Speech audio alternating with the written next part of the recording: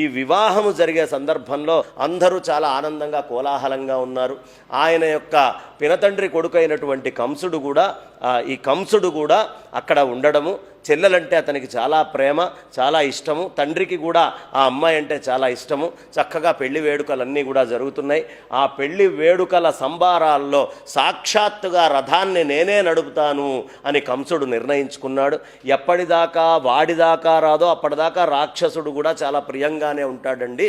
వాడి మృత్యువుకు వచ్చినప్పుడే, ఎవడైనా సరే మనిషి అయినా సరే వాడి మృత్యువుకు వచ్చినప్పుడే వాడు రాక్షసుడిగా తయారవుతాడు తప్ప ఇతరమైనటువంటి వాడిలో కాదు. వాడి యొక్క దేహాభిమానం వాడు అనేటటువంటి స్థితికి వచ్చి మృత్యువుకి ఒక్కసారి దగ్గరకు వస్తుందంటే వాడు ఏం చేస్తాడో కూడా వాడు తెలియనటువంటి కొత్త పెళ్లి కొడుకు పెళ్లి కూతురు ప్రయాణాన్ని ఆరంభించారు.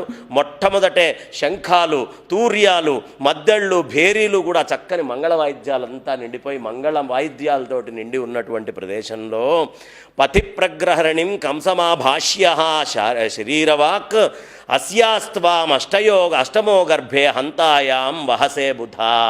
ఓ కంసుడా, ఒక ఆకాశవాణి చెప్పింది వెంటనే, నువ్వేదో ఆనందంగా తీసుకొని పోతున్నావయ్యా, ఈమె అష్టమ గర్భము నిన్ను పరిపూర్ణంగా సంహరిస్తుంది. అష్టమ సంతానం, ఇక్కడ ఆడ మొగ అనే విషయం చెప్పలేదండి, అష్టమ సంతానం మాత్రమే చంపుతుంది అనే ప్రయోగం చేశారు. కానీ స్త్రీయా పురుషుడా అనేటటువంటి తత్వం, అంటే మగపిల్లవాడా ఆడపిల్ల అనేటటువంటి అంశాన్ని చెప్పలేదు. అందుకనే వాడు అష్టమ గర్భంలో అమ్మాయి పుట్టిందన్నప్పుడు ఆమె ఆడపిల్లని మేనకోడలని వేడుకుంటున్నా కూడా చంపాలనే ప్రయత్నం చేసిన కారణం అష్టమ గర్భము చంపుతుందని చెప్పారు. కానీ అష్టమ గర్భంలో పిల్లవాడు పుట్టి చంపుతాడని కానీ పరమాత్మ పుట్టి చంపుతాడని కానీ ఏమీ అక్కడ చెప్పబడలేదు.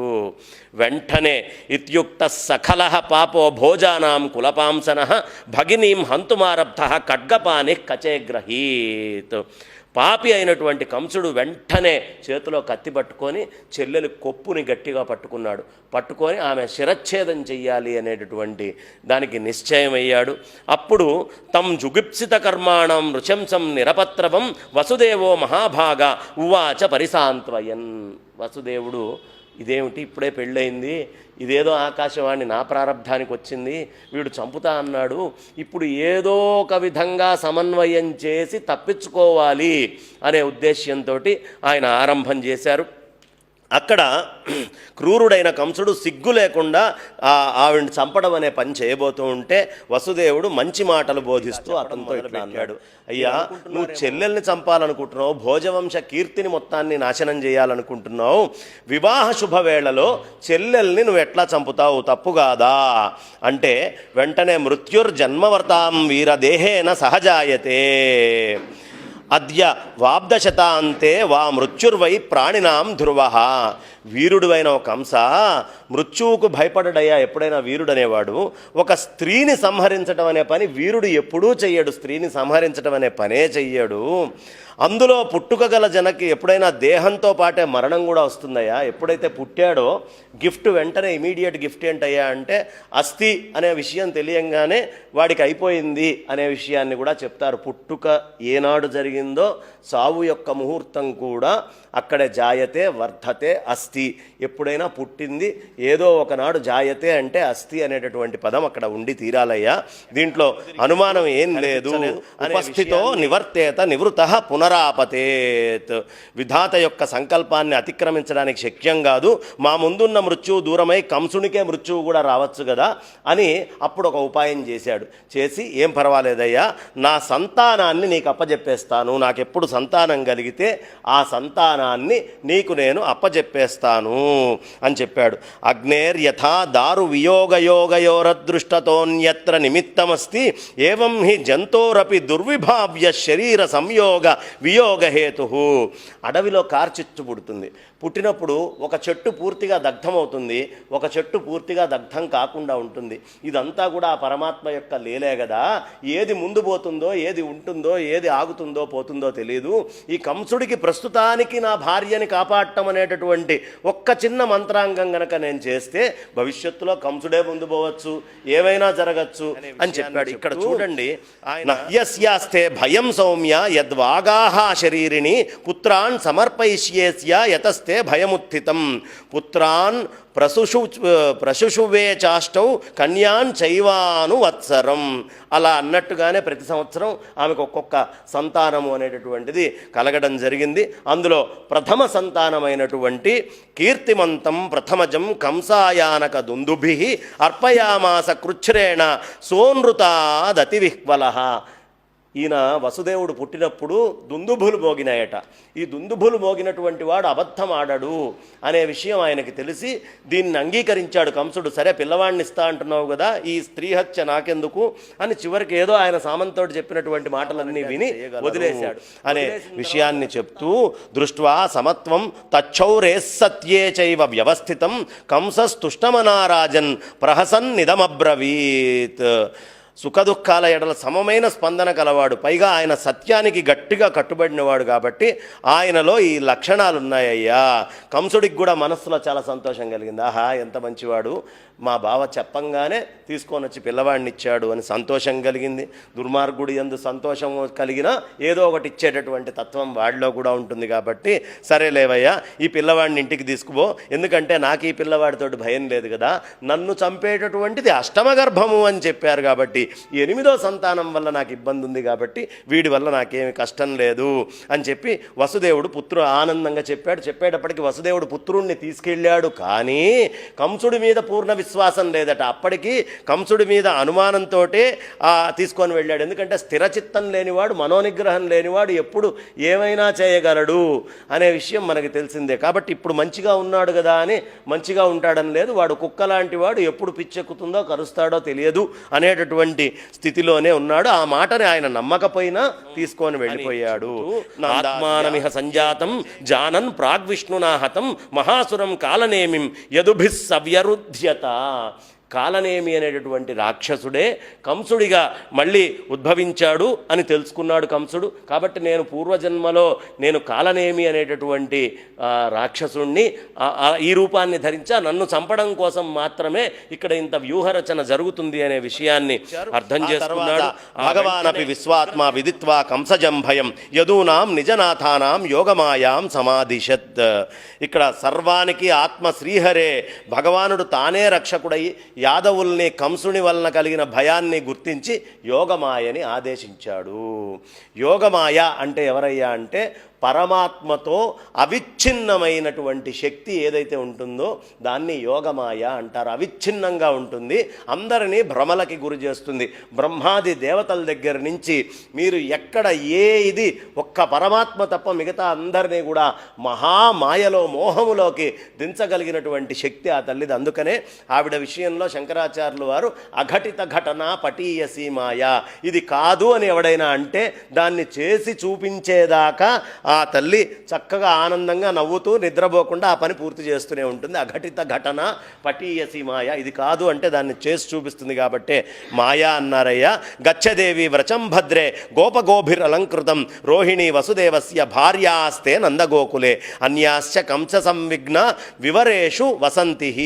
అమ్మా ఓ దేవి కళ్యాణి, గోపబాలకులతోటి గోవులతో అందంగా ఉండే గోకులానికి వెళ్ళు. నువ్వు నందగోకులంలో వసుదేవుడి భార్య రోహిణి ఉందయ్యా, ఆ రోహిణి యొక్క గర్భములో నువ్వు ఇక్కడ ఉన్నటువంటి దేవకి సప్తమ గర్భాన్ని తీసుకొని వెళ్ళి సంకర్షణం చేసి అక్కడ పెట్టు. నేను జ్ఞానబదాదులతో భక్తుల యందు ప్రకటమయ్యే రూపముతో దేవకికి పుత్రుణ్ణై జన్మిస్తాను. అతాహం అంశభాగేన దేవక్త్యాహ పుత్రతాం శుభే ప్రాప్స్యామి త్వం యశోదాయాం నందపత్యాం భవిష్. ఏమేం తీసుకొని ఆయన వస్తా అంటున్నాడయ్యా అంటే జ్ఞానము బలము ఈ రెండింటిని తీసుకొని వచ్చాడు. జ్ఞానము అనేటటువంటిది అనేక చోట్ల పంచుతారు స్వామివారు. జ్ఞానాన్ని ఉద్ధవుడి దగ్గర చెప్పారు, అట్లాగే అర్జునుడి దగ్గర చెప్పారు. జ్ఞానాన్ని చెబుతూనే బలాన్ని కూడా తీసుకొని అంటే ఉపదేశము చేస్తానయ్యా, 2 రకాలుగా నేను ధర్మాన్ని ఈ భూమి మీద స్థాపన చేయబోతున్నాను. జ్ఞానము ద్వారా ఉత్తరోత్తర ధర్మాన్ని స్థాపన చేస్తూనే బలం ద్వారా ప్రస్తుతం ఉన్నటువంటి రాక్షసులందరినీ కూడా అక్కడ అదిమి పట్టి వాళ్ళని పక్కన ఉంచుతాను అనే విషయాన్ని మనకిక్కడ సుస్పష్టంగా స్వామి తెలియపరుస్తున్నారు. ఎక్కడ చేశాడు అంటే ఆ వసుదేవుణ్ణి ఆవేశన చేసిన తర్వాత పరమాత్మ ఆయన యొక్క పరిస్థితి ఎట్లా ఉందయ్యా అంటే శ్రీహరి యొక్క తేజస్సుని ధరించి ఉన్న వసుదేవుడు సూర్యుడిలాగా ప్రకాశించడం మొదలుపెట్టాడట. ప్రాణులు ఆయన్ని సమీపించలేకపోయినాయి, కంసాదులకు కూడా ఆయనని తిరస్కరించడానికి శక్యం కాలేదు. అంత అద్భుతమైనటువంటి రూపం కింద మారుతూ సర్వమునకు సత్తాస్ఫూర్తులను అనుగ్రహించే సర్వప్రాణులతో ఆత్మరూపమై ఉన్న శ్రీహరి జగత్ కళ్యాణం కోసం అవతరించబోతున్నాడు. ఆ శ్రీహరిని దేవకి తూర్పు దిక్కు అమృత కిరణుడగు చంద్రుని వలె మనస్సుతో ధారణ చేశాను. మరి ఆయన పుట్టబోతున్నాడు కదండి, ఈమెకేమన్నా గర్భంలో నొప్పొచ్చిందా, ఈమెకేమైనా కష్టమైందా, ఎలా పుట్టబోతున్నాడు అంటే ఏమి లేదయ్యా, చాలా తేలిగ్గా పుట్టబోతున్నాడు. తూర్పు దిక్కులో చంద్రుడు గనక ఉద్భవిస్తే ఆ ఆకాశం ఏమైనా అమ్మో చంద్రుడు వచ్చాడు, వామ్మో వీడు బయటికి వస్తున్నాడు అని పురిటి నొప్పులు కానీ బాధలు కానీ కష్టాలు కానీ ఏమన్నా చెప్పుకుంటుందా? అది ఎలా చెప్పుకోదో అంత తేలిగ్గా రాబోతున్నాడయ్యా దేవకీ గర్భం నుంచి పరమాత్మ అని చెప్పేదానికి ఇదిగా అహైషమే ప్రాణహరో హరిర్గుహాం ధ్రువం శ్రితో ఎన్నపురేయ మీదృషి. ఈమె ఇది వరకుట్లో ఉన్నట్లుగా లేదయ్యా, సింహం గృహంలోకి ప్రవేశించినట్టు నా ప్రాణాలను తీసే శ్రీహరి ఈమెలోకి ప్రవేశించాడు. ఇది నిశ్చయం అని తలపోశాడు. కంసుడికి అర్థమైపోయింది నిశ్చయం. సింహం గుహలోకి పోయిన సింహం ఎలాగో ఆ పరమాత్మ నన్ను చంపడం కోసం ఈమె యొక్క ఉదర గృహంలోకి చేరాడయ్యా, ఆ గుహలోకి దూరాడు, ఆ కడుపు అనేటటువంటి గుహలోకి వెళ్ళాడు అనే విషయాన్ని నిశ్చయం చేసుకున్నాడు. చేసుకున్న తర్వాత ఇప్పుడు వెంటనే ఆ శ్రీహరి విషయంలో నేనేం చేయలేను కాబట్టి పని పూర్తి అవ్వడం కోసం ప్రధానంగా ఉండాలి అని కంగారు పడి పరాక్రమానికి హాని కలిగే పని చేయకూడదు. ఈమెని కనుక ఇప్పుడు నేను చంపితే గర్భవతి అయినటువంటి ఆమెని, స్త్రీని, ఇవన్నీ కూడా చంపినటువంటి వాడు అన్ని విధాల దరిద్రానికి వెళ్తాడు, వాడి సంపద వాడి ఆయుష్ అన్నీ నశిస్తాయి. కాబట్టి గర్భవతి అయినటువంటి స్త్రీని చంపడం వల్ల ఏ దోషం వస్తుందో అది నేను కట్టుకోను కాబట్టి నేను వదిలేస్తున్నాను ఈమెని అని చెప్పి వాడు అయినా ఆ పుట్టినటువంటి సంతానం రాకపోతుందా అప్పుడు చంపకపోతానా అని అనుకున్నాడు. ఆస్తే ప్రతీక్షం తజ్జన్మ హరేర్వైరానుబంధకృత్. వాడికి ఈ విధంగా ఆలోచన మిక్కిరి క్రూరంగా పని నుండి కాస్త తప్పించుకున్నాడు, తనంతట వాడే విరమించుకున్నాడు. శ్రీహరి పుట్టుక కోసం ఇక వేచి చూడటం అనేది మొదలుపెట్టాడు. ఆసీన సంవిశంస్తిష్టన్ భంజాన పర్యటన్ మహీం చింతయానో హృషీకేశ అపశ్యత్ తన్మయం జగత్. కంసుడికి పడుకున్న మీకు ప్రహ్లాదుడిది గుర్తొస్తుంది. సప్తమ స్కంధంలో తీసుకుంటే భక్తితోటి ప్రహ్లాదుడి పరిస్థితి ఏమిటో వైరముతోటి వీడి పరిస్థితి అదే. వీడికి కూర్చున్నా సరే తిష్టన్ భుంజాన పర్యటన్ మహీం చింతయానో హృషీకేశం అపశ్యత్ తన్మయం జగత్. వాడు ఈ జగత్తంతా శ్రీహరితోటి నిండినట్టుగానే వాడికి కనిపిస్తోంది. వాడిని చంపబోయేటటువంటి శ్రీహరే కూర్చున్నా, నిల్చున్నా, పరిగెడుతున్నా, తింటున్నా, రాజ్యంలో పర్యటిస్తున్నా, ఏ ఇంద్రియాలతోటి ఏ పని చేస్తున్నా వాడే కనిపిస్తున్నాడు అనే విషయాన్ని చెప్పారు. బ్రహ్మభవశ్చ తత్ర ఇత్య మునిభిర్నారదాదిభిః దేవైః సానుచరైః సాకం గీర్భిర్ వృషణమైఢయన్. బ్రహ్మదేవుడు, రుద్రుడు, నారదుడు కూడా భృగువు మొదలైన మహర్షులతోటి అక్కడికి వచ్చి ఆ అనుయాయులతో వాళ్ళందరూ వరాల్ని వర్షించేటటువంటి శ్రీహరిని మళ్ళీ చేస్తారు. ఎలా ఈ చంద్ర ప్రయోగాన్ని చేశారు అంటే కారణం చంద్రవంశంలో పుట్టబోతున్నాడు కాబట్టి చంద్రుడికి ఇష్టమైనటువంటిది రోహిణి కాబట్టి ఆయన్ని కూడా అనుగ్రహిద్దాము అని రోహిణి నక్షత్రంలో పరమశోభన కాలంలో ఆయన ఉద్భవించారు. సరే, సంకర్షణుడు ఒక అంశగా అక్కడికి వెళ్ళాడు కదా, వసుదేవుడు ఇక్కడ ఉన్నప్పుడు ఇక్కడి నుంచి గర్భాన్ని తీసుకొని అక్కడికి వెళ్ళారు. రోహిణిని కూడా నేను అనుగ్రహించాలి, నాకు ఇంకొక తల్లి కాబట్టి రోహిణిని కూడా అనుగ్రహించడం కోసం అక్కడ కూడా రోహిణీ నక్షత్రాన్ని తీసుకున్నారయ్యా అని ఆ రోహిణీ తత్వాన్ని చెబుతూ ఆ సమయము అన్ని మంచి లక్షణాలతోటి కూడి అతిశయ కళ్యాణకరంగా ఉందయ్యా. అశ్విని మొదలైనటువంటి నక్షత్ర గణాలు, గ్రహాలు, తారకలు శాంతంగా ఉన్నాయి. అదే జన్మలేని శ్రీహరి జన్మించిన నక్షత్రము రోహిణి. ఆ నక్షత్రమునకు విష్ణువు నుండి ఆవిర్భవించిన బ్రహ్మదేవుడు అధిష్టానము. బ్రహ్మదేవుడు అధిష్టానం ఏది? అదే రోహిణి అని ఇక్కడ మనకి చక్కగా తెలియపరుస్తూ ఉన్నారు. చెబుతూ దిశ ప్రసేదుర్గగణం నిర్మలోడు గణోదయం మహీ మంగళభూయిష్ట పురగ్రామ వ్రజాకర, దిక్కులన్నీ ప్రసన్నంగా ఉన్నాయట, ధూళి లేకుండా ఉన్నాయట. మనకి సాధారణంగా అంతా దుమ్ము దుమ్ముగా కనిపిస్తూ ఉంటుంది. విదేశాలకు వెళ్ళి కూర్చుండే పిల్లలు ఎందుకుంటున్నారు అంటే దుమ్ము కాస్త తక్కువ ఉంటుంది కాబట్టి. ఈ ధూళి లేనటువంటి గొప్పతనాన్ని పరమాత్మ ఆ రోజే చెప్పాడు. ధూళి లేవకుండా చాలా ప్రశాంతంగా ఉందయ్యా. నిర్మలమైన ఆకాశంలో నక్షత్రాలు గుంపులుగా ఉదయిస్తున్నాయి. పట్టణాలు, గ్రామాలు, గొల్ల పల్లెలు గనులయందు నిండా మంగళాలుగా ఉన్నాయి. నదుల్లో నీరు తేటగా ఉంది. సరస్సుల్లో కలువలు శోభిస్తున్నాయి. అడవుల్లో చక్కగా వరుసలలో పూల గుత్తులు, పక్షులు మరియు తుమ్మెదల గుంపులు ధ్వనులతో చక్కగా చాలా అందంగా ఆహ్లాదంగా ఉందయ్యా. ఆ సమయంలో పవిత్రమైన పరిమళాన్ని మోసుకుంటూ వస్తున్న స్వచ్ఛమైన గాలి సుఖకరమైనటువంటి స్పర్శని కలిగిస్తూ ఉందయ్యా. అట్లా వీస్తోంది. బ్రాహ్మణుల అగ్నులు కూడా పొగ లేకుండా బాగా మండుతున్నాయి.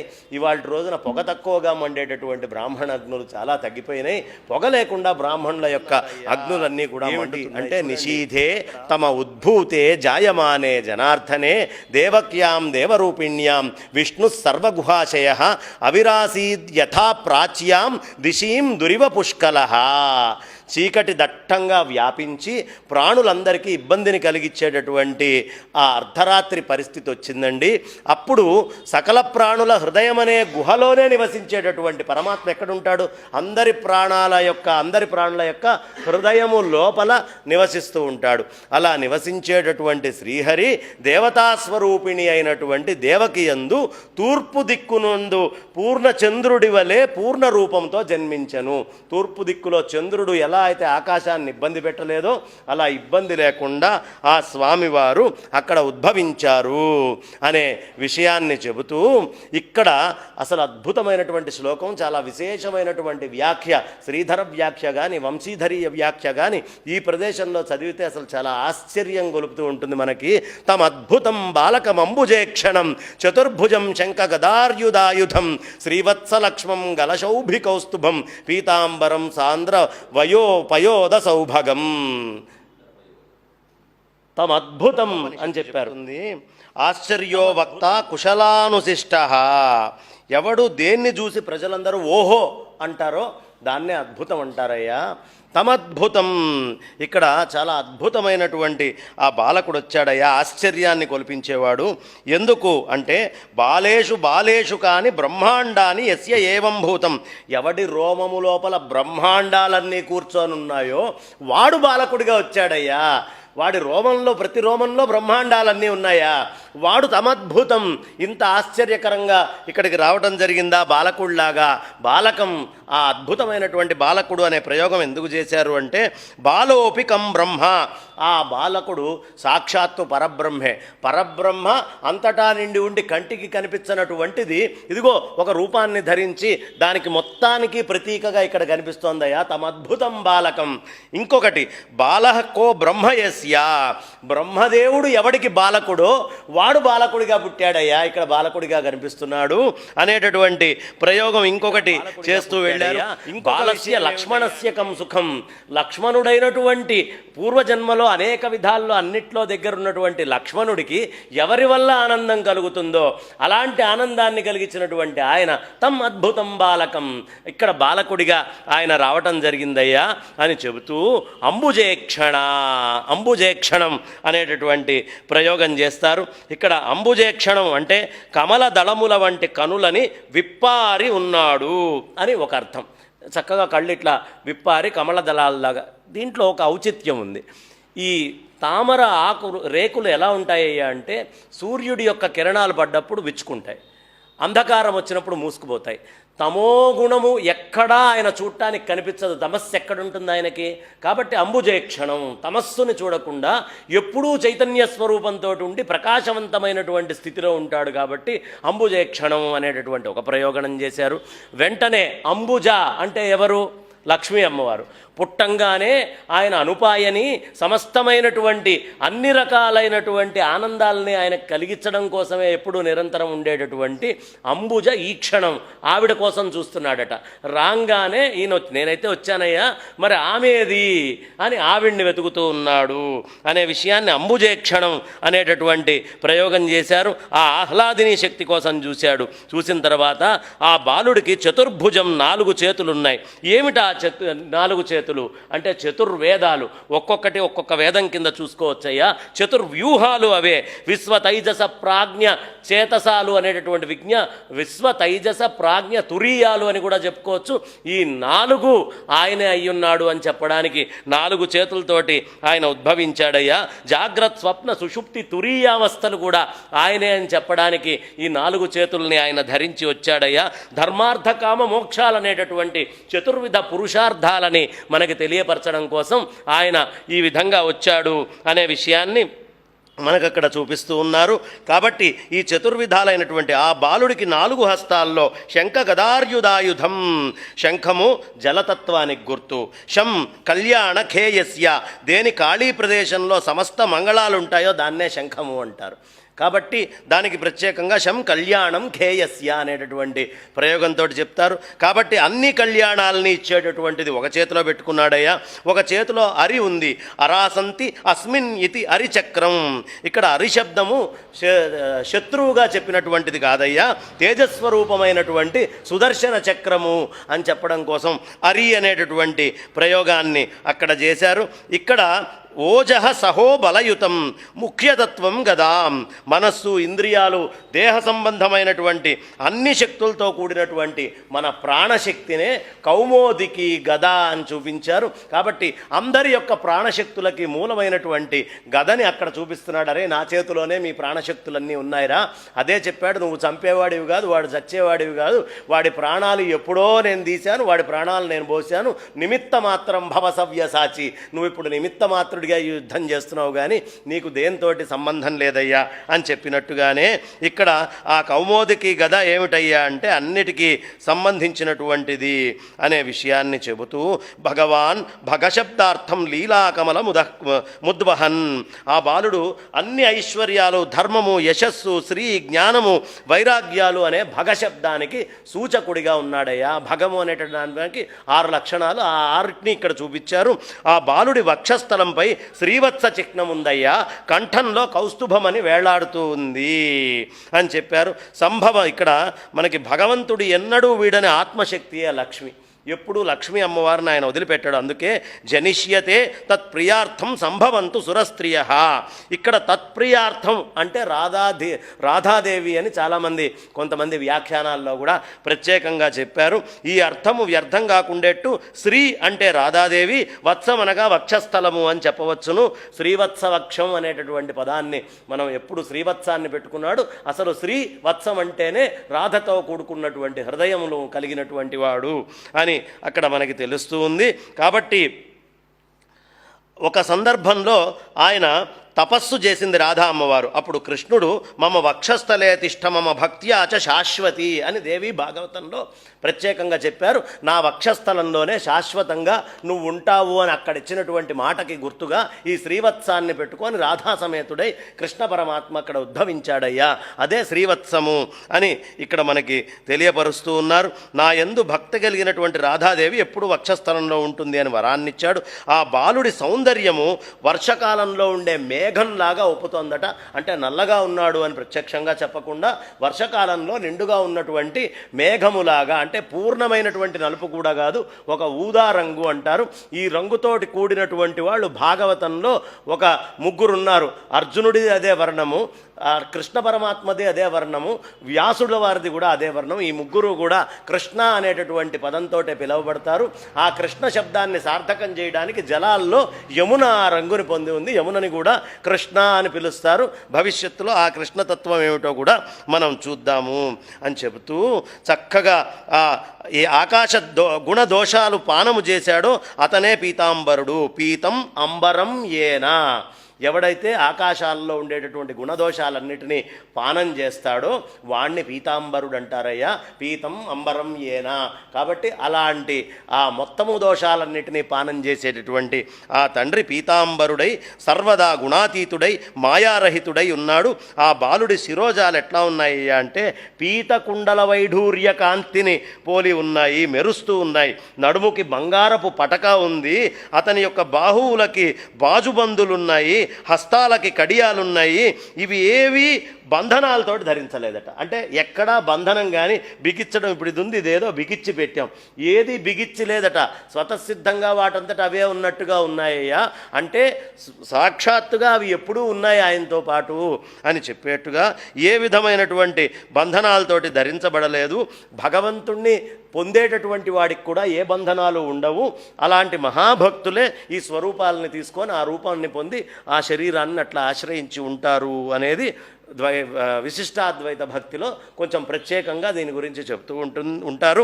కాబట్టి బాలుడు పుట్టినంతనే గతిశీలుడై ఉన్నాడు, కనుబొమ్మలు కదులుతున్నాయి, కళ్ళు నలుదిశలా పరికిస్తున్నారు, కరచరణాలన్నీ కూడా కదలాడుతూ ఉన్నాయ్యా. ఆ బాలుడు ఊసులాడుతూ ఉంటే ఇంతకన్నా అద్భుతమైన బాలుడు ఎక్కడైనా ఉంటాడా? అస్థిచ భవతిచ ఇది అద్భుతం. తమద్భుతం అనే పదం అస్థిచ భవతిచ, ఇది అదే అయ్యా, ఇది అద్భుతం, దీన్నే అద్భుతం అంటారు అని చెప్పి ఆ బాలుడు భాస్వమాన ప్రకాశమానుడై ఉంటాన్ని కలిసి వసుదేవుడు ఆశ్చర్యచకితుడయ్యాడు. ఆ తర్వాత విచారణాశీలుడయ్యాడు. విచారణ ఐక్షత అనే పదం చెప్పారు. సోకామయత బహుశ్యాం తదైక్షత బహుశ్యాం ప్రజామేయ అని ఛాందోగ్యోపనిషత్తు చెప్తుందయ్యా. తదైక్షత బహుశ్యాం ప్రజాయేయ. ఎల్లప్పుడూ సృష్టిని పరిశీలించు భగవంతుడు నేడు స్వయంగా అగుపడుతున్నాడు అనే సత్యాన్ని మనకి ఛాందోగ్యం ద్వారా చెప్తూ, ఎవడి దృక్శక్తి అవిలుప్తమో అతడిప్పుడు అదృశ్యమై ఉన్నాడు, అతడు దృశ్యమై ఉన్నాడు. ఎవడి యొక్క దృశ్శక్తి ఎవడికి కనిపించదు, అదృశ్యమై ఉంటుందో ఆయన ఇప్పుడు దృశ్యమానమై ఇక్కడికి వచ్చాడయ్యా.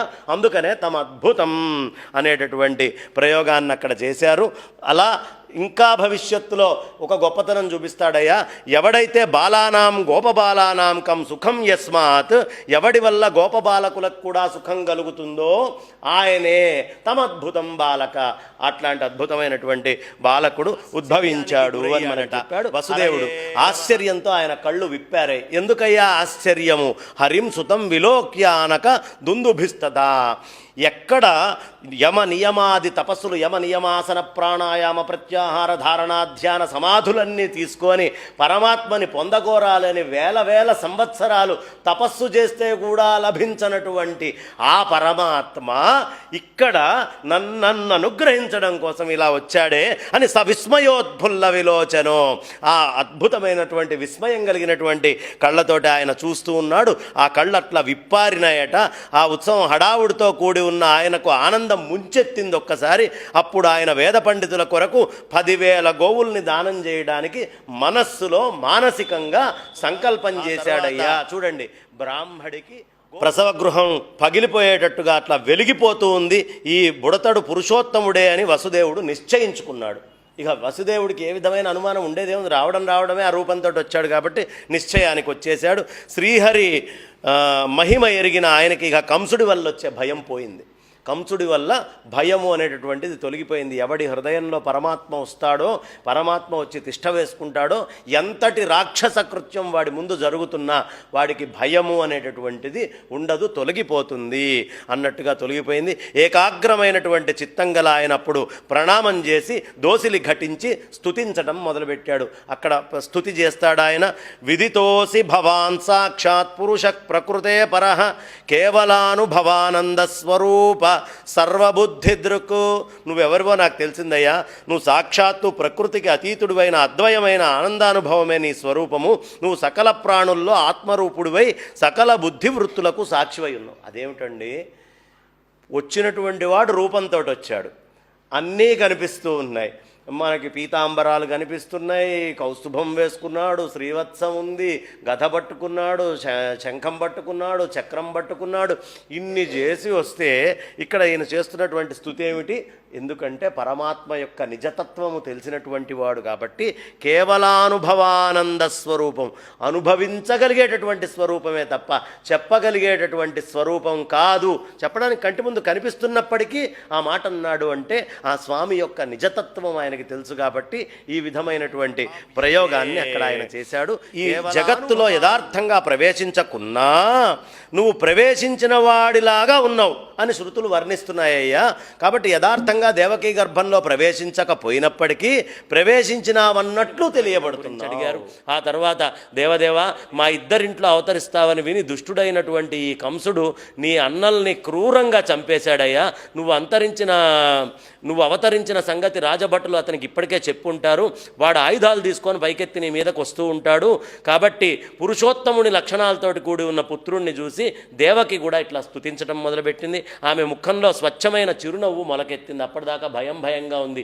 కంసుడంతటి వాడు కత్తి వెనకాల కొప్పు పట్టుకుంటే ఒక్క అక్షరం ముక్క మాట్లాడలేదండి ఆ తల్లి. ఒక్క అక్షరం ముక్క ఆమె నోట్లోంచి నన్ను వదులని కానీ, నన్ను ఎందుకు చంపుతున్నావని కానీ, నన్ను వదిలిపెట్టేయి, నన్ను అనుగ్రహించని కానీ ఎక్కడా మాట్లాడలేదు. కానీ మహామాయ వచ్చిన తర్వాత మాత్రం ఆ మాయ వదిలిపెట్టేవయ్యా, ఈ ఒక్కదాన్ని వదిలిపెట్టు అని అన్న యొక్క మంచి కోరి మాయను వదలరా అని చెప్పింది. అప్పటికి అంటే అంత స్థితిలో కూడా ఆ 7గురిని చంపినా కూడా వాడు మంచి కోరుకొని మాయను వదిలిపెట్టరా అంటే ఆ ఒక్క దగ్గరే మాయను వదిలిపెట్టమని కోరింది. కానీ ఎక్కడ ఆ తల్లి ఇతరమైనటువంటిది కోరలా. ఎంత గొప్పదయ్యి ఉంటుంది అని చూచి స్వచ్ఛమైన చిరునవ్వు మొలకెత్తింది. కాలం యొక్క వేగంతో బ్రహ్మదేవుడి 2 ఏబదుల ఆయుష్ పూర్తయిపోతుందయ్యా. మొత్తం 14, 28 మన్వంతరాలు ఒక రోజు, అట్లా 100 సంవత్సరాలు అయ్యేటప్పటికీ ఆయన యొక్క ఆయుష్ కూడా అయిపోతుందయ్యా.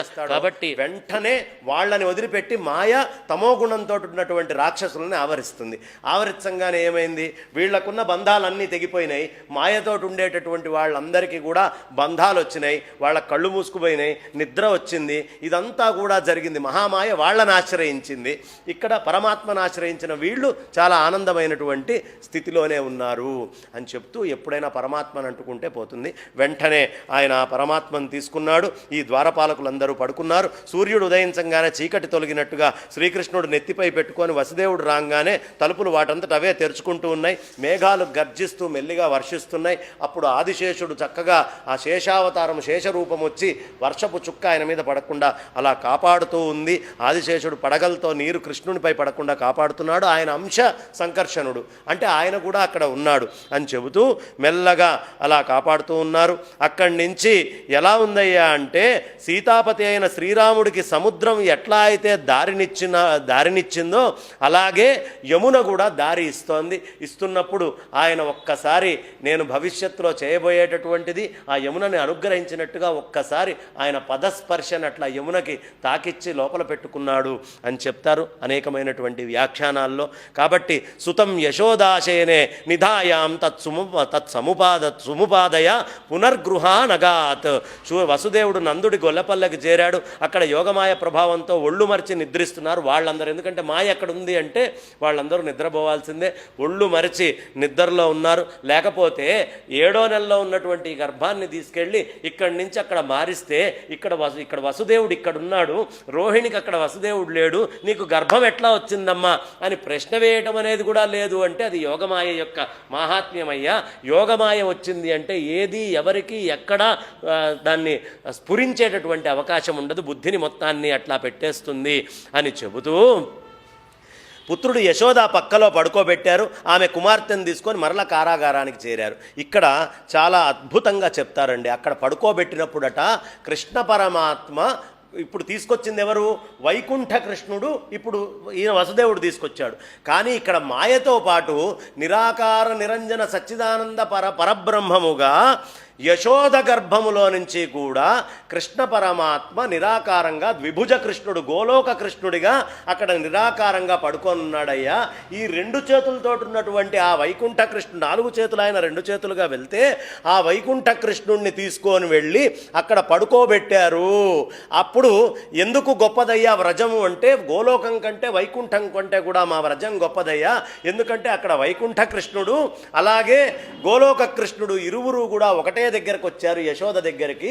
కంసుణ్ణి చంపడానికి వెళ్ళినప్పుడు ఆయన ఎలా వెళ్ళాడయ్యా అంటే వైకుంఠ కృష్ణుడిగానే వెళ్ళాడు. గోలోక కృష్ణుడు ఇక్కడే నిర్వికార స్థితిలో నిరాకారంగా ఉన్నాడు. కాబట్టే ఈ రోజుకైనా వ్రజానికి వెళ్ళి మీరు గనక అనుష్ఠానము, తపస్సు, ఇతరమైనటువంటి ధ్యానాలు, భజనలు, కీర్తనలు ఏవైనా చేసుకుంటే గోలోక కృష్ణుడు ఇప్పటికీ అక్కడ అలాగే ఉన్నాడు అని మనకి వాళ్ళు చెప్తారు. లేకపోతే మాయని పట్టుకోగానే ఈయనకి సంకెళ్ళు అనేటటువంటివి వచ్చినాయి. ఆ శిశువు మగ లేక ఆడ అనే విషయం కూడా ఎవరికి ఈమెకి తెలియలేదు. తల్లింగం పరిశ్రాంత నిద్రయాపగత స్మృతి. ఆ యశోదాదేవికి ఆడపిల్ల మగ కాన్పైనట్టు తెలుసు, కానీ పుట్టింది ఆడో మగ కూడా తెలియనటువంటి మాయాస్థితిలో ఆమె వెళ్ళిపోయింది. కాబట్టి ఆమె ఆ మాయలో ఉంది. అప్పుడు బహిరంతః పురద్వార సర్వాః పూర్వవదావృతాః తతో బాలధ్వనిం శ్రుత్వా గృహపాలః సముత్థితాః. ఇక్కడ బాలధ్వనిం అనేటటువంటి పదం వాడారు, ఏడుపు. అప్పుడు కృష్ణయ్య ఏడవలేదట. కృష్ణయ్య ఉద్భవించినప్పుడు ఏడుపు లేదు, అక్కడ ఏడుపు అనేది లేదు. యోగమాయ రాగానే ఏడుపు వినిపించిందట. కాబట్టి ఎక్కడ ఏడుపులు వినిపిస్తూ ఉన్నాయో అక్కడ మాయ చక్కగా వాళ్ళని ఆవరించి ఉంది అనే దానికి గుర్తు అదే. ఎక్కడ ఆనందము ఉందో అక్కడ పరమాత్మ ఉన్నాడు అంటానికి గుర్తు అదే. కాబట్టే ఇక్కడ తతో బాలధ్వనిం శ్రుత్వా గృహపాలా సముత్థితాః. వెంటనే తెలుసుకున్నారు. వాళ్ళు వెళ్ళిపోయి భోజప్రజువైన కంసుడికి ఈ యొక్క తేతు తూర్ణముపవ్రజ్య దేవక్యా గర్భజన్మతత్ ఆచఖ్యుర్భోజరాజాయ యదుద్విగ్న ప్రతీక్షతే. వెళ్ళి విషయం మొత్తం తెలియపరిచారు. ఆ క్షణం కొరకే ఆదుర్దాతో వేచి చూస్తూ ఉన్నాడు. అతనికి కూడా తొందరగా ఈ అవతారం పూర్తయిపోతే పోతుంది అనేటటువంటి స్థితిలో ఉన్నాడేమో, ఎదురు చూస్తున్నాడు. ఆదుర్దా ఉందట ఆయనకు కూడా. కాబట్టి అక్కడి నుంచి కంగారు పడుతూ కంసుడు వెంటనే పక్క మీద నుంచి పైచి తూలిపడుతూ, వాడు ఏం చేస్తున్నాడు, తూలిపడుతూ లేచి వెంటనే పురిటిగది దగ్గరికి వెళ్ళాడు. అక్కడ జుట్టు మొత్తం రేగిపోయి ఉందట అతంది. ఎలా ఉన్నాడయ్యా? తమాహ భ్రాతరందేవి కృపణా కరుణం సతి స్నుషేయం తవ కళ్యాణ స్త్రియం మా హంతుమర్హసి. దేవకీదేవి దీనురాలై ఉంది. ఆమె అన్నగారైన కంసుడితో జాలి కలిగే విధంగా ఇట్లు పలికింది. ఓ ఈ మంగళకరుడా, ఈ అమ్మాయిని నీ కోడలు ఆడపిల్లను చంపుట నీకు తగదు. మంగళకరుడా అనే పదం అక్కడ ఎందుకు వాడింది? అప్పటిదాకా మాట్లాడినటువంటిది అంటే ఎవడి చేతిలో చచ్చిపోతే నీకు మంగళమో వాడు పుట్టాడు కాబట్టి ఇప్పుడు నువ్వు మంగళకరుడు అయ్యావయ్యా అని మంగళకర అనేటటువంటి శబ్దం వాడి మీద ప్రయోగం చేసింది. అలాంటి పరమాత్మ చేతిలోనే నువ్వు పోతున్నావు అంటే ఎంత అదృష్టవంతుడివి అని మంగళకర అనే ప్రయోగం అప్పటిదాకా ఎప్పుడు చేయలేదు. ప్రారంధం ప్రేరేపించగా నువ్వు నిప్పులాంటి పిల్లల్ని చాలామందిని చంపావయ్యా, ఈ ఒక్క అమ్మాయిని నాకు అనుగ్రహించు అంది. అప్పుడు పుత్రులు చంపబడ్డారు అనే దీనరాలైనటువంటి నేను నీకు చెల్లెల్ని కదా అన్నా, అభాగ్యురాలైనటువంటి నాకు ఆఖరి సంతానమై అమ్మాయిని విడిచిపెట్టవయ్యా, నీకు యోగ్యంగా ఉంటుంది అని రకరకాలుగా ప్రార్థించింది. కానీ ఆ ప్రార్థనలు వినేటటువంటి స్థితిలో వాడు ఉండే అవకాశమే లేదు. పమిటలోకి తీసుకొని మరీ పిల్లని దాచిపెట్టుకుందట. దాచిపెట్టుకున్నా కూడా ఆ దుష్టుడు బలంగా తోసి చేతిలోంచి ఆ శిశువుని తీసుకున్నాడు. స్వార్థంతో కంసుడి హృదయంలో ప్రేమ నిర్మూలితమైపోయింది. తాం గృహీత్వా, ఇక్కడ చూడండి ఒక అద్భుతమైన ప్రయోగం చేస్తారు. చరణయోర్జాతమాత్రం స్వసుస్సుతాం అపోథయచ్చిలా పృష్ఠే స్వార్థోన్మూలిక సౌహృద. అక్కడ చెల్లెల్ని పక్కన పెట్టి ఆ అమ్మాయి రెండు కాళ్ళని పట్టుకొని తిప్పి రాతి మీద వేసి ఇలా కొట్టబోతే ఆవిడ ఒక్కసారిగా అష్టభుజి అయి లేచి ఆ అష్టభుజాల్లో ఆయుధాలని ధరించి అక్కడ కనిపించింది దివ్య స్రగంబరాలేపరత్నాభరణ భూషిత ధనశూలేషు చర్మాసి శంఖచక్ర గదాధరా. అట్లా 8 చేతులతోటి ఆవిడ లేచినటువంటి ఆవిడై ఆయుధాలని పెట్టుకొని అక్కడ దర్శనమిచ్చింది. ఇక్కడ ఒక రహస్యం చెప్తా. కృష్ణయ్య ఎందుకయ్యా ఇక్కడ ఉండకుండా వెళ్ళిపోయాడు నందవ్రజానికి అంటే, కంసుడి యొక్క ఆయుష్ పూర్తిగా తీరలేదు. ఆయుష్ తీరకుండా వాడి యొక్క వధ జరగకూడదు. కానీ ఇప్పుడు ఇక్కడ ఈయన కనిపిస్తే వీడు మొదటి నుంచి 7 పిల్లల్ని ఎలా చంపాడు? 2 కాళ్ళు పట్టుకొని తిప్పడం, కింద కొట్టడం. ఇప్పుడు పరమాత్మ యొక్క కాళ్ళు వాడు పట్టుకోవాలి. ఒక్కసారి పరమాత్మ కాళ్ళు పట్టుకున్నాడు అనుకోండి, ఆయన చంపడానికి యోగ్యం ఉండదు. వీడు కాళ్ళు పట్టుకుంటున్నాడు రా నాయన, నేను వీడి దగ్గర ఉంటే, వీడు నా కాళ్ళు పట్టుకుంటే మళ్ళీ వీడిని నేను చంపలేని పరిస్థితి వస్తుంది అని ఆయన నందవ్రజానికి వెళ్ళిపోయాడయ్యా. మరి వీడు ఎవడి కాళ్ళు పట్టుకోవాలి నన్ను చేరాలి అంటే? వీడి క్రూరత్వంతోటైనా వీడు యోగమాయ యొక్క కాళ్ళని గనక పట్టుకున్నాడు అంటే ఆ కేవలం వైరంతోటైనా వీడు నన్ను చేరతాడు అని వాడిని అనుగ్రహించడం కోసము స్వామి అక్కడికి వెళ్ళి యోగమాయని ఇక్కడికి పంపించడము అనేది జరిగిందయ్యా అని చెబుతూ చక్కగా ఆ రెండు కాళ్ళని పట్టుకొని ఉన్నాడు కాబట్టి ఆ విధంగా అనుగ్రహించింది. కిం మయా హతయా మందజాత కలు తవాంతకృతం ఎత్ర క్వవా పూర్వశత్రుర్మా హింసీ కృపణాన్ వృధా.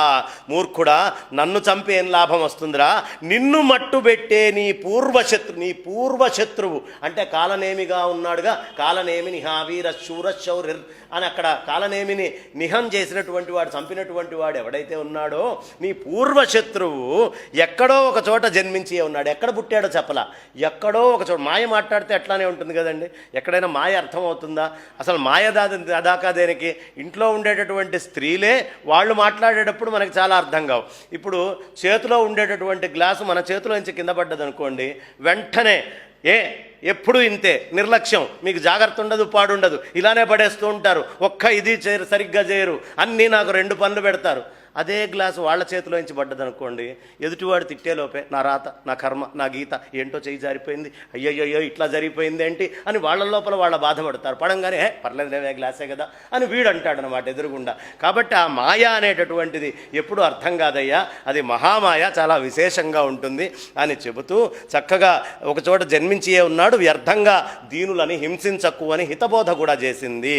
కాబట్టి ఎత్ర క్వవా పూర్వశత్రుర్మా హింసీ కృపణాన్ వృధా, అనవసరంగా వృధాగా నువ్వు వాళ్ళని చంపకు, నీ చావు తథ్యమురా అనే విషయాన్ని అక్కడ ఆవిడ చెప్పింది. అలా తయాభిహితమాకర్ణ్య కంసః పరమ విస్మిత. ఆ మాటను విన్న కంసుడు చాలా ఆశ్చర్యాన్ని, పరమ విస్మిత, చాలా అచ్చరువు పొందాడు. ఆ అచ్చరువు పొంది దేవకీ వసుదేవులను విడిచిపెట్టి వినయంతో మాట్లాడాడు. ఎప్పుడైనా గుర్తుంచుకోండి, వాడు కూడా సామాన్యుడు కాదు. ఓహో, నన్ను చంపేవాడు పుట్టాడు, వీళ్ళని జైల్లోనే ఉంచితే ఇంకా తొందరగా వచ్చి నన్ను ఏం చేస్తాడో, అందుకని ఇక్కడ మనం ఏం చేయాలంటే తెలివిగా రాజీ చేసుకోవాలి అని అక్కడ కంసుడు చెప్పేటటువంటి వేదాంతం ఉంటుందండి. అసలు మామూలు వేదాంతం కాదది. మొత్తం భగవద్గీతలో తర్వాత చెప్పబోయే అంశాలను చాలా వీడు ముందే చెప్పాడు. కాబట్టి ఈ రాక్షసులైనటువంటి వాళ్ళు కూడా వేదాంతం చెప్తూ ఉంటారయ్యా. ఆ వేదాంతం ఎలా ఉంటుంది అంటే ఆ క్షణానికి పని పూర్తి చేసుకోవడానికి అవసరమైనటువంటి వేదాంతమే కానీ చిత్తశుద్ధితోటి కూడినటువంటి పరమాత్మ యొక్క ఆశ్రయం వల్ల, అనుగ్రహం వల్ల ఉన్నటువంటి వేదాంతం కాదు. కుక్క తోక ఎలా అయితే ఉంటుందో, అందుకనే భటుల్ని కుక్కలతోటి పోల్చారు. ఈ కుక్కలకి రాజుగా వాడిని చెప్తున్నారు కదా, కుక్కలతోటే పోలుస్తారు వెనకాల ఉండేటటువంటి ఆ చెరసాల దగ్గర ఉండేటటువంటి భటుల్ని. కాబట్టి ఈ కుక్కలకి రాజు, కుక్క బుద్ధే కదా వీడికి ఉండేది. పడుకొని ఉన్నప్పుడు ఏం లేకపోతే ఇవాళ ఇలాంటి పనులు చేయకూడదు, నేను చాలా బుద్ధిగా ఉండాలి అని రకరకాలుగా అనుకుంటుందట పూర్వజన్మ స్మృతి వల్ల. ఒక్కసారి లేచి తలకాయ 2 చెవులు కొట్టుకొని తోక ఊపింది అంటే మళ్ళీ దాని కుక్క బుద్ధి ఎలా ప్రవర్తిస్తుందో వీళ్ళకు వచ్చేటటువంటి వేదాంతం కూడా అలాంటిదే. గజస్నానం లాంటిది. చక్కగా వెళ్తుంది, స్నానం చేస్తుంది, తొండాలతో నీళ్లు ఎత్తెత్తి పోసుకుంటుంది, నున్న సాలగ్రామంలాగా తయారవుతుంది. ఇట్లా 4 అడుగులు వేసి బయట ఒడ్డు మీదకి రాగానే అంత మట్టి తీసి మీదేసుకుంటూ ఉంటుంది. మనం అందరం చేసే పని అదే. మాయని ఎప్పటికప్పుడు తీసుకొని మనం రుద్దుకుంటూ ఉంటాం. నున్నగా భాగవతం ఏదో తీసుకుంటాం, చదువుకుంటాం, చక్కగా సాలగ్రామ శిల్లా తయారవుతాం. బయటికి అడుగు పెట్టంగానే ఇవాళ సాయంత్రం సీరియల్ ఏంటి, ఇవాళ ఏం చూడబోతున్నాను, అక్కడి నుంచి ఇటేం జరిగింది, ఇటు నుంచి అటేం జరిగింది అనే మాయ బురదను తీసుకొచ్చి మళ్ళీ వెంటనే ఒంటి మీద రుద్దుకుంటూ ఉంటాం. గజస్నానము అంటారు దీన్ని. కాబట్టి అలాంటి గజస్నానాన్నే మనం చేస్తూ ఉంటామయ్యా అని చెబుతూ ఇక్కడ ఎంత వేదాంతం చెప్తాడంటే, ఆయన దయని తోసిపుచ్చి బంధువులు మిత్రుల్ని విడిచిపెట్టి దుష్టుడైనటువంటి నేను ఏ నరకలోకాన్ని పొందుతానో నాకు కూడా తెలియదయ్యా. బ్రహ్మహత్య చేశాను, నేను గాలిని పీల్చున్నాను, చచ్చిన వాడితో సమానమే అంటే వాడికి ఖాయంగా రూఢి అయింది, చచ్చిన వాడితో సమానమే అని సుస్పష్టంగా మొదటి వాక్యం అదే చెప్పాడు. ఇక్కడ పురుషాద ఇవాపత్యం బహవో హింసతా సుతాహ ఇక్కడ చెప్పుకుంటూ వచ్చి గమిష్యామి బ్రహ్మహేవ మృతశ్వసన్, నేను చచ్చిన వాడితోటే సమానము అని చెప్పాడు. ఆ తర్వాత ఇంకా కేవలం మనుష్యులే కాదు దైవం కూడా అబద్ధం చెప్తుంది అని ఆ దైవం మాటను నమ్మి పాపైన నేను పిల్లల్ని చంపి. ఎప్పుడైనా మనం తప్పు చేసినప్పుడు ఏం చేస్తాం, పక్కవాడి మీద నెడతాం. ఇప్పుడు మన చేతిలో ఉన్న గ్లాసు పడిపోయింది, అయ్యయ్యో గ్లాస్ జారిపోయింది అంటాం. నేను గ్లాసును పడేసాను పొరపాటున కూడా అన్నాం. అది జరిగింది తప్పు మన వల్లే. కానీ తప్పును ఏం చేస్తామంటే వెంటనే పక్క వస్తువు మీదకి నెడతాం. గ్లాస్ జారి పడిపోయింది, అయ్యో టీవీ పగిలిపోయింది, నాచే టీవీ పగలబడింది అని ఎవడు అనడు. టీవీ పగిలిపోయింది అని అంటాడు. అలా అద్దం పగిలింది, నేను అద్దం పగలగొట్టాను. ఎప్పుడు మనిషి తప్పు ఒప్పుకోడు కదా. వీడు వెంటనే ఏం చేశాడు, దేవతలు కూడా అబద్ధం ఆడతారని నాకు ఇప్పుడే తెలిసిందయ్యా, కాబట్టి దేవతలు ఆడినటువంటి అబద్ధం వల్ల నేను ఈ పిల్లల్ని చంపాను అని మొత్తం దేవతల మీద నెట్టడం మొదలుపెట్టాడు. నేను నీ పిల్లల్ని చంపానమ్మా, మహాత్ములారా, పుత్రులు ప్రారబ్ధం అనుభవించదరు, వాళ్ళని గురించి శోకించకండి. దైవవశవర్తులై ఉండే ప్రాణులు అన్ని వేళలా ఒక చోట ఉండరు, ఉన్న చోటనైనను కలిసి ఉండరు అని చెప్తున్నాడు. ఇలా రకరకాలుగా చెప్తూ ఈ లోకంలో మట్టితో కుండ మొదలైనవి తయారవుతాయ్యా. భూవి భౌమాని భూతాని యథాయాంత్యపయాంతి చ నాయమాత్మా తథైతేషు విపర్యేతి యథైవ భూ. ఈ లోకంలో మట్టితో కుండ మొదలైనవి తయారవుతూ ఉంటాయి, అవి శిథిలమవుతూ ఉంటాయి, మట్టి స్థిరంగా ఉంటుంది. అదేవిధంగా దేహాలు పుడుతూ గిడుతూ ఉంటాయి, ఈ ఆత్మ వికారాన్ని పొందదు అని ఎంత గొప్ప వేదాంత వాక్యాలు చెప్తున్నాడో చూడండి. ఉపనిషద్ వాక్యాలన్నీ కూడా వీడి నోట్లోంచే బయటికి వస్తూ ఉన్నాయి. అలా నీ పుత్రుల్ని చంపిన మాట యథార్థమే, అయినా నువ్వు వాళ్ళని గురించి శోకించకమ్మా. ఏ ప్రాణికైనా సుఖదుఖాల విషయంలో స్వాతంత్రం లేదు, ప్రతి ప్రాణి తన కర్మ ఫలమును మాత్రమే పొందుచుండును. ఇప్పుడు చూడండి, వాడి చావు దగ్గరకు వచ్చేటప్పటికేమో ఆయన వేదాంతం చెప్పినా పట్టించుకోలే, పిల్లోడిని అప్పచెప్తేనే ఒప్పుకుంటాను అన్నాడు. ఈ పిల్లల చావు దగ్గరకు వచ్చేటప్పటికి యావదత్తోస్మి హంతాస్మి త్యాత్మానం మన్యతే స్వదృక్ తావత్తదభిమానజ్ఞో బాధ్యబాధకతామియాత్ అని చక్కగా, అసలు మనం ఎవరం కాదమ్మా, వాళ్ళ యొక్క కర్మలు అని రకరకాలుగా చెప్తూ వెళ్తూ ఉన్నాడు. క్షమధ్వం మమ దౌరాత్మ్యం సాధవో దీనవత్సల ఇత్యుక్త్వా శృముఖః పాదౌ శ్యాలస్వ శ్రోరథాగ్రహీత్. నేను దుర్బుద్ధిని, నన్ను క్షమించు అని ఇట్లా రకరకాలుగా వేడుతూ భ్రాతుస్సమ నుతప్తస్య క్షాంత్వా రోషంచ దేవకి. ఆమె లోపల ఉండేటటువంటి రోషము, వీడి మీద కోపం తగ్గింది. ఆనాడు ద్రౌపది 5 పిల్లలు పోయినప్పుడు ఎలా అయితే కోపాన్ని సంహరించుకొని ఆవిడ ప్రశాంతంగా అశ్వత్థామను అనుగ్రహించిందో, అదే విధానంలో ఇక్కడ కూడా కంసుడి విషయం వచ్చేటప్పటికీ ఈ తల్లి కూడా, అంటే సాధారణంగా క్షమయా ధరిత్రి అంటారు, ఆ క్షమ అనేటటువంటి తత్వము స్త్రీలో ఎంత గొప్పగా ఉంటుంది అని అక్కడ ద్రౌపదిని చూపిస్తున్నారు, ఇక్కడ ఈవిడిని కూడా చూపిస్తున్నారు. 6 చంపినా చివర్లో నాకు ఆ పిల్లవాళ్ళని తెచ్చి చూపించరా అని కృష్ణ పరమాత్మను అడిగింది. అంటే ఎంత ప్రేమ లోపల ఉంటే అడుగుతుంది ఆ కృష్ణయ్యని. నువ్వు గురువుగారు అబ్బాయిని తెచ్చావట కదా అని అడిగినటువంటి ఆ తల్లి ఇక్కడ భ్రాతు సమనుతప్తస్య క్షాంత్వా రోషంచ దేవకి, ఆ రోషము అనేటటువంటి దాని నుంచి దూరమైందయ్యా, విడిచిపెట్టింది. వసుదేవుడు కూడా నవ్వి కంసుడితోటి ఇట్లా అన్నాడు. వసుదేవుడు కూడా నవ్వాడట అక్కడ. ఆ పశ్చాత్తాపాన్ని చూసి దేవకి క్షమించింది. నువ్వు చెప్పింది యథార్థమే, ప్రాణుల యందు అజ్ఞానం వల్ల నేను అనేటటువంటి భేదబుద్ధి ఉంటుంది, దానివల్లే వ్యక్తి తనవాడు పరాయివాడు అనే భేదం చూపిస్తాడు అని చెప్పి, ఆ భేద దృష్టితో ఉండేటటువంటి జనులకి మాత్రమే శోకము, హర్షము, ద్వేషము, లోభము, వ్యామోహము, గర్వము ఇవన్నీ కూడా వస్తాయి. కాలరూపుడైన ఈశ్వరుడు ఒక ప్రాణిని నిమిత్తంగా చేసుకొని ఇంకో ప్రాణిని మట్టుబెడుతూ ఉంటాడు. ఈ సత్యము ఆ జనులకి తెలియట్లేదు అని ఇక్కడ ఆయన చెప్తోంది. ఏంటంటే నువ్వు చావడానికి కూడా నిమిత్తంగా ఆయన పుట్టాడయ్యా అని ఒక రకంగా ప్రతీకార వాక్యము, ఇంకొక రకంగా పోన్లే వీడు మారాడు, ముందు మనం బయటికి వెళ్ళొచ్చు అనే ఆనంద వాక్యము రెండు అక్కడ కనిపించేట్టుగా చెప్పాడు. కంస ఏవం ప్రసన్నాభ్యాం విశుద్ధం ప్రతిభాషిత. అక్కడ పాపం కంసుడిని చూసి నిష్కపటంగా మాట్లాడారట వీళ్ళిద్దరూ. విశుద్ధం, నిష్కపటం, కపటం లేకుండా మాట్లాడారు. కానీ కపటం అనేది కంసుడిలో ఇంకా మిగిలి ఉంది అనేటటువంటి సందేశాన్ని ఇది చెప్తుంది. వాడు కపటుడైనా వీళ్ళు నిష్కపటంగా మాట్లాడారు అని చెప్తూ చక్కగా రాత్రి గడిచింది. రెండో రోజు కంసుడు మంత్రుల్ని పిలిచాడు. యోగమాయ మాటల్ని ఏవైతే పలికిందో అవన్నీ వాళ్ళందరికీ వివరించాడు. కంసప్రభువు మాటను విని దేవతలపై కోపం వచ్చింది వాళ్ళకి. వాళ్ళు కూడా అతనితో ఇట్లా అన్నారు, పరిస్థితి ఇట్లా ఉండే పక్షంలో మన నగరాల్లో, గ్రామాల్లో, గొల్లపల్లెల్లో, ఇంకా ఇతర స్థానాల్లో పిల్లలను వారికి 10 రోజుల వయస్సు దాటకున్నా చంపేద్దాం, ఎవడు బతికుండడానికి వీలు లేదు.